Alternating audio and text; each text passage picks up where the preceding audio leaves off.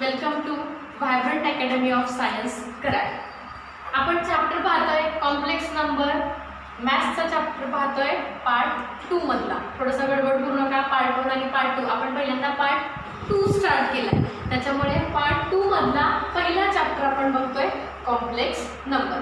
काल होमवर्कला एक्झाम्पल्स दिले होते addition of a complex number. Homework बऱ्याच जणांनी केलेला आहे, छान रिस्पॉन्स आहे, म्हणजे याचा अर्थ तुम्हाला शिकवलेलं समजतंय. चला, आजचा पॉईंट आपल्याला पाहायचा आहे स्केलर मल्टिप्लिकेशन. ॲक्च्युली मल्टिप्लिकेशनच्या आधी आपण स्केलर मल्टिप्लिकेशन म्हणजे काय ते बघूया. कुठलाही कॉम्प्लेक्स नंबर घ्या, कन्सिडर एनी कॉम्प्लेक्स नंबर. म्हणजे जेव्हा आपल्याला कुठलाही घ्यायचं तेव्हा आपण काय करणार, z = a + ib. हा कॉम्प्लेक्स नंबर आपल्याला घ्यायचा आहे आणि त्याला जर आपल्याला कशाने मल्टिप्लाय करायचं असेल, म्हणजे सपोज 2z 2 × z 2 × z याचा अर्थ या पूर्णच कॉम्प्लेक्स नंबरला आपल्याला कशाने मल्टिप्लाय करावं लागणार आहे, 2 × z, that means 2 × a + b. ब्रॅकेटच्या बाहेर आहे कॉन्स्टंट, आतमध्ये प्लस मायनस साइन आहे. अशा वेळेस आपण काय करतो, या बाहेरच्या कॉन्स्टंटने आतमधल्या दोन्ही टर्मला आपण मल्टिप्लाय करतो. म्हणजे आपल्याला आन्सर काय मिळणार आहे, 2a + 2ib और bi. लक्षात आलं हे.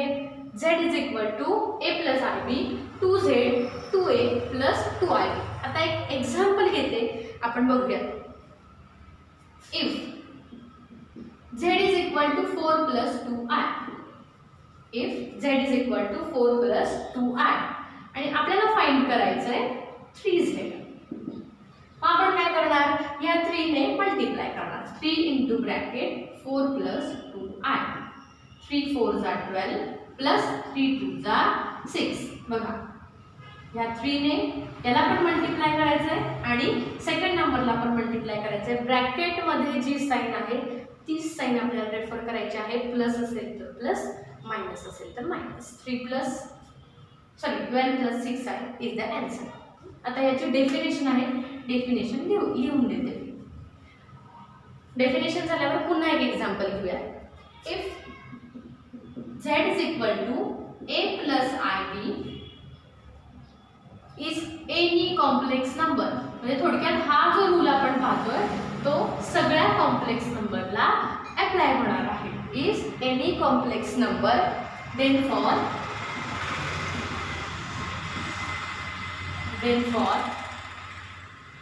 every real number k, then for every real number k we define kz = ka + kib. k any real number म्हणजे 2 घेऊ, 3 घेऊयात, मायनस घेऊयात, कुठलाही रियल नंबर घेतला तर तो आपल्याला आतमधल्या रियल पार्ट बरोबर पण मल्टिप्लाय करायचा आहे आणि इमॅजिनरी पार्ट बरोबर सुद्धा मल्टिप्लाय करायचा आहे. हा पॉईंट आपण पाहिला आहे स्केलर मल्टिप्लिकेशन. टेक्स्टबुकमध्ये एक एक्झाम्पल आहे, ते एक्झाम्पल मी तुम्हाला सॉल्व्ह करून देते. बघ, z1 = 3 - 4i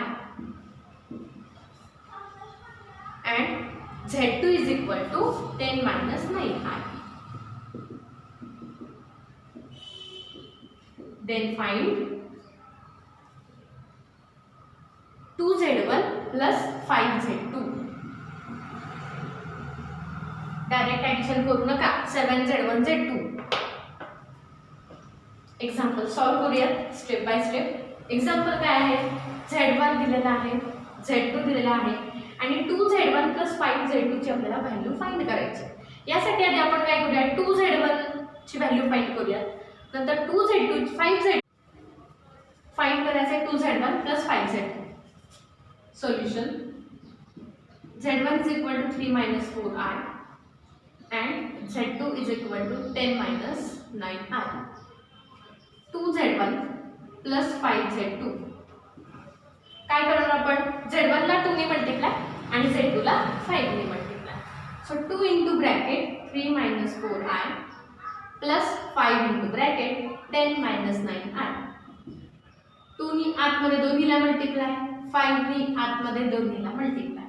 2 × 3 6 - 4 2 = 8i. प्लस 5 10 जा 15 मायनस 9 5 जा 45 8. बघा 3 दुणे 6 4 दुणे 8 10 5 50 आणि 9 5 45. त्यानंतर आपण ह्याच्यानंतर आपण काय करणार आहे तर लाईक टर्म एका बाजूला घेणार. लाईक टर्म और सिंपली रिअल पार्ट एका बाजूला आणि इमॅजिनरी पार्ट एका बाजूला. रिअल पार्ट कोण आहे इथे तर 6 आणि 50. So 6 plus 50 minus 8i minus 45i. 6 plus 50 56 आणि minus 8i minus 45 minus minus नेहमी आपण काय करतो प्लस. म्हणजे इथे आपण या दोघांची काय करणार आहे ॲडिशन आणि ग्रेटर नंबरचं साइन. हे बेसिक रूल आपण बऱ्याच खूप आधी म्हणजे जवळजवळ 6वी 7वी 8वी मध्येच बघितलेले आहेत. नंबर लाईनवर पण पाहिलेले आणि त्याचे एक्झाम्पल्स पण पाहिले. तेच रूल मी इथे यूज करते. मायनस 8i मायनस 45i यांची जर आपण ॲडिशन केली तर आपल्याला मिळणार आहे मायनस 53i. सो हे झालं फायनल आन्सर 56 मायनस 53i. लक्षात आलं का स्केलर मल्टिप्लिकेशन. हा आणि याला एक नोट दिली आहे टेक्स्टबुकमध्ये. एकदम इझी आहे की कुठल्याही कॉम्प्लेक्स नंबरला 0ने मल्टिप्लाय केलं किंवा कुठल्याही नंबरला जेव्हा आपण 0ने मल्टिप्लाय करतो तेव्हा नेहमी आपल्याला आन्सर काय मिळतं 0. सेम तो रूल इथे पण अप्लाय होणार आहे आपल्याला. 0 × z इज इक्वल टू 0. ही एकच एवढी नोट दिलेली आहे. कोणत्याही कॉम्प्लेक्स नंबरला जर एखाद्या रिअल नंबरने मल्टिप्लाय केलं तर तो आतल्या दोन्ही टर्मला मल्टिप्लाय होईल आणि 0ने मल्टिप्लाय केलं तर आपल्याला मिळणारा आन्सरच 0 मिळणार आहे. हा पॉईंट लक्षात आला. चला पुढे जाऊया. सॉल्व करा. वाटलंच तर स्क्रीनशॉट काढा किंवा बघता बघता जरी तुम्ही काही क्वेरीज बाजूला लिहून ठेवल्या आणि नंतर मला कळवलं तरी चालेल. नेक्स्ट पॉइंट आपल्याला पाहायचा आहे सबट्रॅक्शन ऑफ कॉम्प्लेक्स नंबर. जशी ॲडिशन पाहिली होती तशी सबट्रॅक्शन पण आपल्याला बघायच्या. नेक्स्ट पॉइंट आहे पॉइंट 5 1.2.5.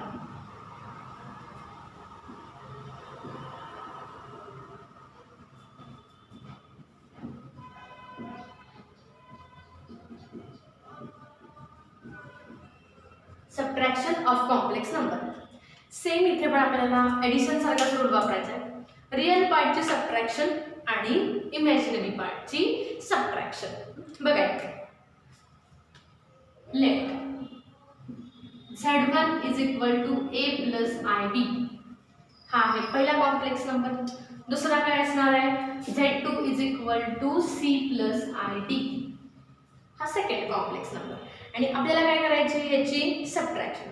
जेव्हा आपल्याला याची सबट्रॅक्शन करायची z1 मायनस z2 तेव्हा आपण काय करणार आहोत तर real part of z1 minus real part of z2 and imaginary part of z1 minus imaginary part of z2 हे आपल्याला सॉल्व करायचं. हे लक्षात का रिअल पार्टची पण सबट्रॅक्शन आणि इमॅजिनरी पार्टची पण सबट्रॅक्शन. थोडक्यात बघा z1 minus z2 is equal to z1 काय आहे a plus ib minus z2 काय आहे c प्लस id.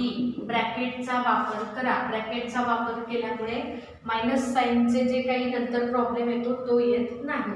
बघा a प्लस ib हे minus sign minus c minus id. तर a मायनस c एका ब्रॅकेटमध्ये आणि दुसरीकडे i common b minus d second bracket. हे लक्षात आलं. एक्झाम्पल घेतले की अजून व्यवस्थित लक्षात येईल जनरल फॉर्मपेक्षा. बघा a minus c plus i into bracket b minus d. Real पार्टची सबट्रॅक्शन आणि इमॅजिनरी पार्टची सबट्रॅक्शन. लाईक ॲडिशन याचा पण रूल बऱ्यापैकी सेम आहे. फक्त इथे साईन थोडं आपल्याला थोडंसं जरा वेगळं काहीतरी वाटतं. चला याचा आपण काय घेऊया ते एक्झाम्पल घेऊया. टेक्स्टबुकमध्ये जे सॉल्व करून दिली 2 एक्झाम्पल दोन्ही एक्झाम्पल मी तुम्हाला सॉल्व करून देते. घेऊयात example of subtraction of complex number. z1 आहे 4 plus 3i. z1 is equal to 4 plus 3i and z2 is equal to 2 plus I. बऱ्याच जणांना एक्झाम्पल तुम्हाला सॉल्व करायला जमेल, तरी पण मी तुम्हाला सॉल्व करून देते. Therefore Z1 minus Z2 is equal to, बघा Z1 काय आहे 4 + 3i मायनस Z2 काय आहे 2 + i. 4 - 2 एका ब्रॅकेटमध्ये. आता इथे मी पूर्ण स्प्लिटिंगची टर्म लिहित नाहीये, नाही तर मग लिहिते, म्हणजे तुमचं काहीच कन्फ्युजन होणार नाही. एकच स्टेप वाढेल, बाकी काय नाही. 4 + 3i - 2 - i. ही स्टेप मगाशी मी एक्सप्लेन केली होती, सेम तसंच. आता काय करायचं आपल्याला, लाईक टर्म एका बाजूला, इमॅजिनरी लाईक टर्म एका बाजूला, रिअल पार्ट आणि इमॅजिनरी पार्ट एका बाजूला. 4 - 2 + 3i - i. 4 - 2 it's a 2 and 3i - i it's a +2i. So 2 + 2i is the final answer. लक्षात आलं का? ही झाली सबट्रॅक्शन.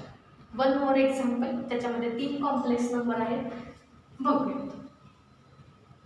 टेक्स्टबुक मधली बरीचशी एक्झाम्पल मी सॉल्व करून देते, बरीचशी म्हणजे जवळजवळ सगळेच एक्झाम्पल सॉल्व करून देते. होमवर्कला जी देते ती फक्त तुम्हाला व्यवस्थित सॉल्व करायची. शक्यतो जे एक्झाम्पल बोर्डवर एक्सप्लेन केली आहेत त्याच सेम टाईपमध्ये होमवर्कला एक्झाम्पल दिलेत. असं क्वचित होईल थोडंसं वेगळं. वेगळं म्हणजे काय, तर +- साईनमध्ये, बाकी वेगळं काही नसणार आहे. तेवढं फक्त प्रॉपर लक्ष द्या. Z1 आहे 7 + i, Z2 आहे 4i. 4i कसला नंबर म्हणतो याला आपण, फक्त 4i आलेला आहे याला आपण म्हणतो प्युअर इमॅजिनरी नंबर, जिथे रिअल पार्ट काहीच नाही. आठवलं का बघा. आणि Z3 आहे -3 + 2i. ओके, हे एक्झाम्पल आहे. आणि आपल्याला फाइंड बघा काय करायचंय, व्यवस्थित लक्ष द्या. एक्झाम्पल जेव्हा आपल्याला देतात ना, तेव्हा ते व्यवस्थित रीड करायची आधी सवय लावा.